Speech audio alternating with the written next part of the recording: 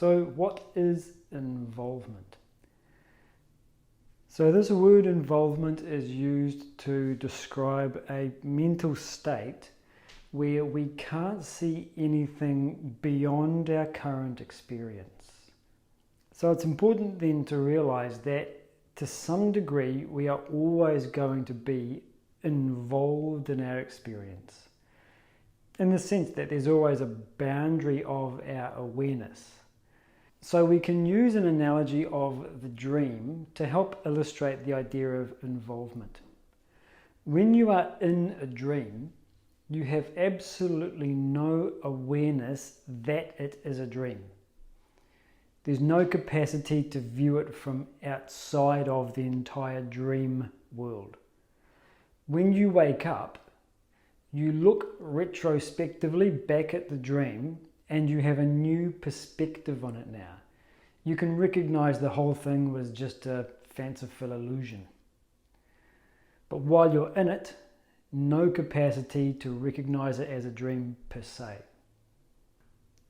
It's contrasted with the idea of objectivity, which is that ability in us to stand back from the content of our experiences and view it as if from a distance or from a different perspective.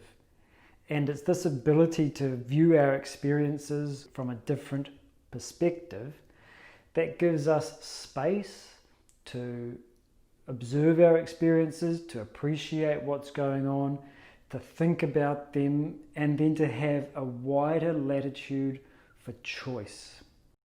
So when we lack objectivity, when we are involved in our experiences, then we will react and respond impulsively. So you can also use simple examples from daily life. Road rage.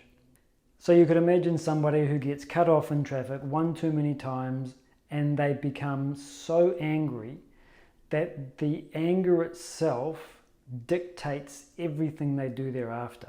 They can't see from the perspective that I'm going to do something which is impulsive, counterproductive, harmful for my own sense of freedom and well-being, etc. They are forced into that action because of their own involvement. Objectivity might be to say, well, yep, I know where I am, there'll be bad drivers.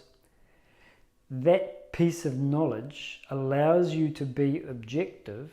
So even if you are frustrated, you view the frustration from that perspective and you have the space to choose your actions.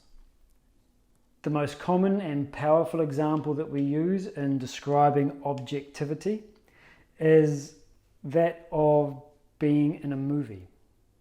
When you're watching a movie, your mind goes through a whole host of emotions, your body reacts and responds, the heart rate races, etc. But the whole time that you're there, you understand it's just a movie. That perspective allows you to go through the experiences of joy and sorrow, celebration, tragedy, heartbreak, etc. from the film, while maintaining an objective distance. You could imagine a young child watching the exact same film who gets caught up in it. Imagine you're watching a horror film about zombies. Her involvement leads her to be afraid of the zombies outside. She lacks that knowledge, she lacks the perspective. So when we are involved in our experiences, it means that we lack the ability to control our attention. And so in that environment of involvement, now things like ego-centered attachments and desires can begin to flow and arise. So we maintain objectivity by sustaining a thought which lies outside my own individual perspective. It's what we call an ideal or a higher value.